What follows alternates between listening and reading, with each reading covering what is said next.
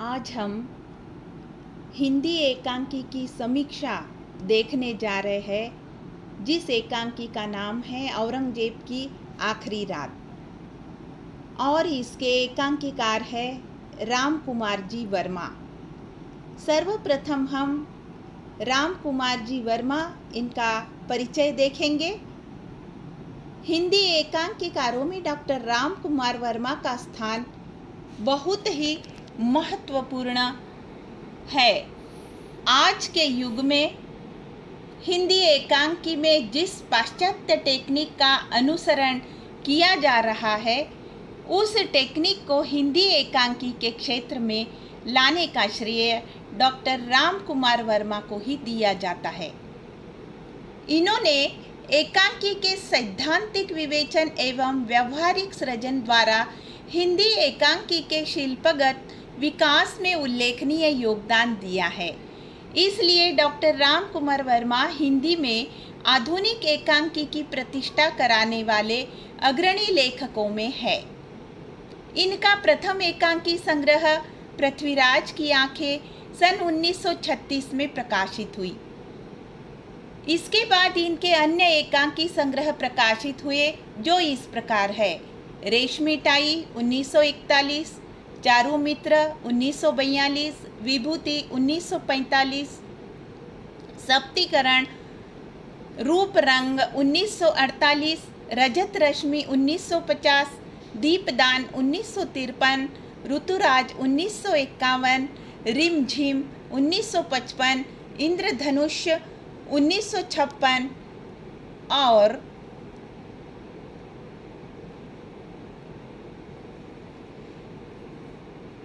इंद्रधनुष 1956 और पांचजन्य 1957, कौमुदी महोत्सव, ध्रुव तारिका आदि एकांकी स्वतंत्र रूप से भी प्रकाशित हुए हैं।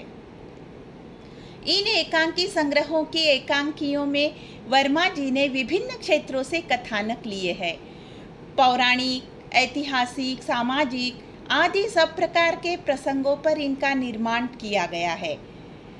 ऐतिहासिक एकांकियों में उनकी प्रतिभा सबसे अधिक निखरी है। चारू मित्र, पृथ्वीराज की आंखें, तैमूर की हार, औरंगजेब की आखिरी रात, विक्रमादित्य, समुद्रगुप्त, शिवाजी, ध्रुव तारिका, कौमुदी महोत्सव, कलंक, रेखा, स्वर्णश्री, प्रतिशोध आदि इनकी ऐतिहासिक रचनाएं हैं। ऐतिहासिक एकांकी के लिए इन्होंने भारतीय अतीत की कुछ मर्मस्पर्शी घटनाओं को चुना है, जो मानव को हर युग में प्रेरणा, गति और शक्ति प्रदान करती है। वर्मा जी के सामाजिक नाटक भी बड़े महत्वपूर्ण हैं। परीक्षा, एक्ट्रेस, सही रास्ता, आशीर्वाद, उत्सर्ग, 18 जुलाई की शाम आदि उनके कुछ सामाजिक एकांकी है। लगभग सभी सामाजिक एकांकी स्त्री मनोविज्ञान से संबंधित है। इन एकांकियों के नारी पात्र अपने चरित्र में सजीव आदर्श प्रस्तुत करते हैं। इसके अतिरिक्त इनमें कहीं सामाजिक असंगतियों पर व्यंग किया गया है और कहीं जीवन की हल्की फुल्की स्थितियों के मनोरंजक चित्र उपस्थित किए गए हैं। अभिनेयता की दृष्टि से वर्मा जी के एकांकी बहुत सफल है। रंगमंच व्यवस्था को दृष्टि में रखकर ही उन्होंने एकांकियों की रचना की है। अपने एकांकी नाटकों में उन्होंने विस्तृत रंगमंच संकेत दिए हैं। एकांकी की कथा वस्तु के अनुरूप स्टेज की साज सज्जा का उन्होंने बहुत ध्यान रखा है। इसी प्रकार वातावरण, भाषा शैली बदलती रही है। ऐतिहासिक और पौराणिक नाटकों में जो प्राचीन भारत की सभ्यता और संस्कृति से संबंधित नाटकों में तत्सम प्रधान शुद्ध हिंदी का व्यवहार हुआ है। मुसलमान काल के नाटकों में उर्दू शब्दों की बहुलता है। वर्तमान शिक्षित समाज में संबद्ध नाटकों में अंग्रेजी के शब्दों और वाक्यों का पर्याप्त व्यवहार भी हुआ है। ग्रामीण पात्रों से हम ग्रामीण बोली का भी व्यवहार कराया गया है, जैसे भाषा है अपेक्षित वातावरण निर्माण में बहुत सहायता मिली है। इन्होंने श्रव्य और दृश्य दोनों तत्वों को अपने एकांकियों में समन्वित किया है। इसी कारण इनके एकांकी रंगमंच के साथ साथ रेडियो पर भी सफलता से प्रसारित हो सके हैं। उनके समस्त एकांकी उनके परिपक्व कला के परिचारक है। उनके एकांकी नाटकों का ऐतिहासिक महत्व है। इनमें आधुनिक एकांकी के रूप निर्माण एवं विकास में बहुत योग मिलता है। तो यहाँ पर हम जो डॉक्टर राम कुमार वर्मा जी है, एकांकीकार, जिन्होंने एकांकी लिखी है औरंगजेब की आखिरी रात, इसकी संक्षिप्त परिचय हमने रचनाकार का देखा है। अभी अभी हमने डॉक्टर राम कुमार वर्मा जी का परिचय देखा था। अब देखने जा रहे हैं औरंगजेब की आखिरी रात, इस एकांकी को। औरंगजेब की आखिरी रात डॉक्टर राम कुमार वर्मा द्वारा रचित ऐतिहासिक एकांकी है। यूँ तो वर्मा जी ने अनेक सामाजिक एवं ऐतिहासिक एकांकियाँ लिखी है। एकांकी लिखे, परंतु उनका बुद्धि कौशल, नवनिर्माण एवं नाटकीयता भारतीय इतिहास के कर्णधारों के चित्रण में विशेष रूप से प्रकट हुआ है। उन्होंने भारतीय इतिहास के चरित्रों का विश्लेषण कर उनमें ऐसी प्राण प्रतिष्ठा की है जो ऐतिहासिक सत्य से ओतप्रोत होते हुए भी जीवन के स्पंदन से सजीव है। प्रस्तुत एकांकी औरंगजेब की आखिरी रात का कथानक, जैसा कि इसके नाम से स्पष्ट है, मुगल इतिहास से लिया गया है। मुगल शहंशाह शाहजहां के पुत्र औरंगजेब का सारा जीवन मराठों और राजपूतों के साथ लड़ाइयों में बीता था। वह स्वयं अनुभव कर चुका था कि राजपूत जैसी कौम पर हुकूमत करना जिंदगी का आराम नहीं, सबसे बड़ी मेहनत है। मराठों की हिम्मत पस्त करना जिंदगी का सबसे बड़ा करिश्मा है। औरंगजेब ने बीजापुर और गोलकुंडा की शिया रियासतों पर विजय प्राप्त करने के बाद मराठों का अंत करने का सपना देखा था, जिसको पूरा करने में उसे भारी हानि उठानी पड़ी थी। दीर्घकालीन युद्ध के कारण उसकी सेना अत्यंत आलसी एवं विशृंखल हो रही थी। राज्य की आर्थिक दशा भी चिंताजनक हो रही थी। इसी के साथ साथ वे वृद्ध भी हो गए थे। उनका विजय स्वप्न निराशा में तिरोहित हो गया। अंत में हताश होकर वे अहमदनगर चले जाते हैं।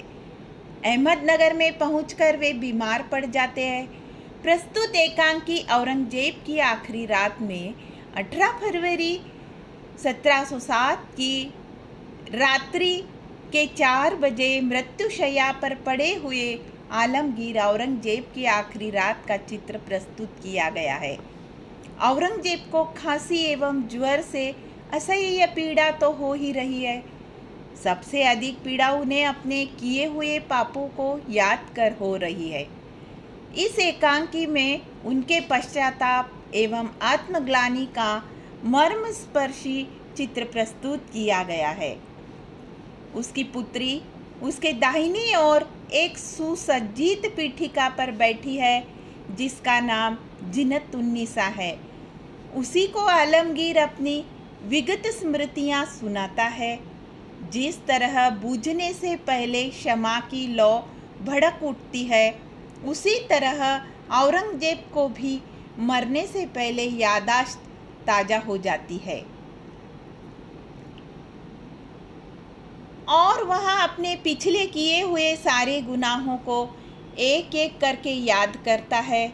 वह आलमगीर, जिसने जीवन में हमेशा विजयी बनना ही सीखा था, महाकाल के आगे अपनी शिकस्त कबूल करता है। औरंगजेब को अधिक लिप्साक ने अंधा कर दिया था। उसकी प्राप्ति के साधनों के औचित्य पर उसने कभी ध्यान नहीं दिया। यही बात आलमगीर के जीवन के अंतिम क्षणों में उसकी आत्मा को धिक्कारती है। उसके गुनाहों की तस्वीर एक करके उसकी आंखों के आगे खींचती चली जाती है। अपने पिताजी शाहजहां को कैद खाने में डालकर खुद मुगलिया सल्तनत का बादशाह बना था। कैद खाने में डालते समय उसके अब्बा जान शाहजहां की चीख आज इतने बरसों बाद उन्हें सुनाई पड़ रही है। औरंगजेब ने भाई दारा का बड़ी नशंसता के साथ वध करवाया, मात्र इस सत्ता प्राप्ति के लिए। अपने अन्य भाइयों शुजा, मुराद को भी उसने तख्ते ताउस का हक नहीं दिया था। उसे याद आता है कैसे उसने मुराद को दारा के विरुद्ध लड़ाई लड़ने के लिए प्रेरित किया था। उस लड़ाई में राजा राम सिंह ने औरंगजेब पर ऐसा कातिलाना हमला किया था कि औरंगजेब हाथी समेत धाराशायी हो जाते हैं, लेकिन मुराद ने अपने ढाल पर तलवार रोककर राजा राम सिंह पर ऐसा वार किया कि वह हाथी के पैरों पर गिर गया था, परंतु उसी मुराद को उसने मौत के घाट उतारा था। उसे याद आता है कैसे इस्लाम के नाम पर इसने दुनिया को धोखा दिया था, हिंदुओं का कत्लेआम किया था, उन्हें जजिया देने पर मजबूर किया था। जजिया हटाने के लिए हिंदू उनके रास्ते पर लेट जाते थे और औरंगजेब गुस्से में आकर भिलवान को हुक्म देते थे, इन कमबख्तों पर हाथी चला दो। वृद्ध बादशाह अपने गुनाहों को याद कर बड़बड़ाता है, ओह कितना अंधेरा है, खुदा हमने तेरा नाम लेकर सल्तनत पर कब्जा किया, तेरा नाम लेकर औरतों और बच्चों को कैद किया। वे सब तेरे बच्चे, तेरे बंदों पर एतबार नहीं किया। जिन्नत उन्नीसा हकीम को बुलाकर बादशाह को दवा दिलाने का प्रयत्न करती है, पर हकीम की दवा भी उसे निरोग करने में असमर्थ है। उनकी तबीयत हर क्षण खराब हो रही है। उनकी बेटी उनसे विगत स्मृतियों को याद न करने की प्रार्थना भी करती है, मगर वे अपना आखिर वक्त करीब जानकर मौत से पहले अपनी सारी शिकायतों को कह देता चाहते हैं ताकि शांति से मौत के दामन को पकड़ सके। अपने बेटों के प्रति भी औरंगजेब का व्यवहार क्रूर एवं अमानवीय था। बादशाहत में खलल पड़ने के वहम से अपने कलेजे के टुकड़ों को सजा देकर हमेशा कैद खाने में रखा, अपने नज़दीक आने भी नहीं दिया। आज उसकी आत्मा यह सोचकर तड़प उठती है कि उसने बेगुनाह बच्चों को इतनी कठोर सजा दी, वह भी सिर्फ इसलिए क्योंकि वे उसके बच्चे थे। अंत में वह कातिब को बुलाकर अपने पुत्रों के नाम पत्र लिखकर माफ़ी मांगता है। अपने अंतिम क्षण में वह ईश्वर से उसके पापों को माफ़ करने के लिए प्रार्थना करता है और एक गहरी तथा भारी सांस लेकर शून्य की ओर देखते हुए प्राण त्याग देता है। ऐतिहासिक कथा वस्तु की सबसे बड़ी विशेषता यह होती है कि उसकी जड़ कल्पना के आकाश में न होकर वास्तविकता एवं तथ्यों की भूमि में दूर तक रहती है और सामान्य कथा वस्तु की अपेक्षा अधिक प्रभावोत्पादक भी होती है। सचमुच की घटना घटी हुई जो घटनाएं होती है पाठक के मन मस्तिष्क पर गहरा प्रभाव डालती है। मुगल सम्राट औरंगजेब अपनी क्रूरता, निर्दयता एवं अमानवीय व्यवहार के लिए इतिहास में प्रसिद्ध है। अधिकार लिप्सा के वशीभूत होकर न केवल उसने अपने पिता, भाइयों एवं अन्य आत्मीय जनों को मरवाया, बल्कि सामान्य निरीह प्रजा पर भी बड़े अत्याचार किए। विशेषकर हिंदुओं को मारना वह अपना धर्म समझता था। यह कथानक जो हमारी इतिहास संबंधी कई जिज्ञासाओं को संतुष्ट करता है। लेखक डॉक्टर राम कुमार वर्मा ने एकांकी की संक्षिप्त काया में जीवन के भार से वित्रस्त, अत्यंत शंकाहीन किंतु कर्मठ सम्राट का सजीव चित्र अंकित कर दिया है। ऐसे कथानक के द्वारा हम ऐसे युग में पहुंच जाते हैं जो हमारे युग से भिन्न अतीत का है, फिर भी सम्मोहक है। औरंगजेब के चरित्र का मनोविज्ञान आधार प्रस्तुत कर लेखक ने भारतीय इतिहास की कुछ घटनाओं को साकार कर दिया है। लेखक यह संदेश पहुंचाने में भी सफल रहा है कि औरंगजेब जैसा सम्राट भी अंततः अपनी आत्मा से बच नहीं पाया है, वहीं उसे बार बार धिक्कारती है, जिसकी वजह से वह पश्चाताप करता है। सारांश में देखा जाए तो इस एकांकी में जो औरंगजेब की आखिरी रात डॉक्टर राम कुमार वर्मा रचित एकांकी है, यह एक ऐतिहासिक एकांकी है। इस एकांकी का कथानक मुगल इतिहास के लिए लिया गया है। औरंगजेब मुगल साम्राज्य का आखिरी शक्तिशाली राजा था, जिसने अपनी राज्य लिप्सा के लिए अपने पिता, भाइयों, पुत्रों के साथ बर्बरतापूर्ण एवं अमानवीय व्यवहार किया था। अपने राज्य विस्तार के लिए समस्त उत्तरी भारत को अपने अधीन कर वह दक्षिण में कई वर्षों तक मराठों का अंत करने का स्वप्न देखता रहा, परंतु इसमें वह सफल न हो सका। हताशा में आकर उसने हिंदुओं पर कई प्रकार के अत्याचार किए थे। अपने जीवन की अंतिम घड़ी में उसे अपने सारे गुनाह एक एक कर याद आते हैं और वह पछताता है। अपने पुत्रों के नाम माफ़ी मांगते हुए पत्र लिखकर वह इस दुनिया से विदा होता है।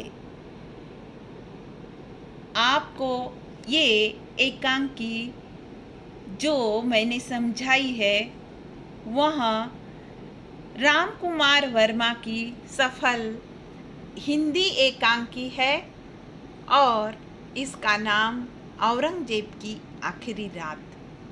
धन्यवाद।